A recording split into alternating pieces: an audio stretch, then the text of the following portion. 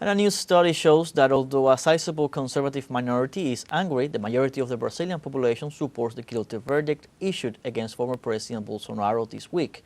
Our correspondent Brian Mier has more. Across the country, Brazilians are applauding the Supreme Court's conviction of Jair Bolsonaro and 7 of his accomplices for crimes that include a failed attempt to enact a military coup, which would have effectively ended the period of democracy that began with the fall of the US-backed dictatorship in 1985.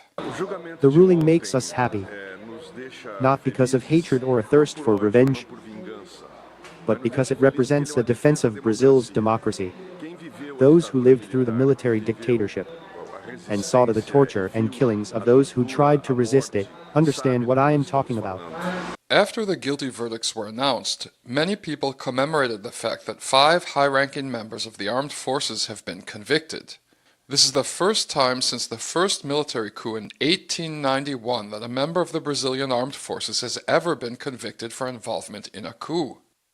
We believe that it's a fair verdict, because they attempted a coup d'état, and beyond that, it represents a historical rectification for great injustice that has happened in Brazil, including all of the people who were murdered, fighting against the military coup of 1964, and the dictatorship that followed.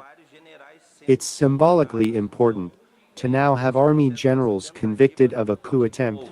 Although a sizable minority of Brazilian conservatives seem furious with ex-President Bolsonaro's 27-year prison sentence, a study by the Eurasia Group shows that the majority of the population supports the verdict. They need to lock Bolsonaro up and throw the key in the river because that man is good for nothing. He told poor people to eat grass. He didn't help the people in any way. He didn't keep any of his promises.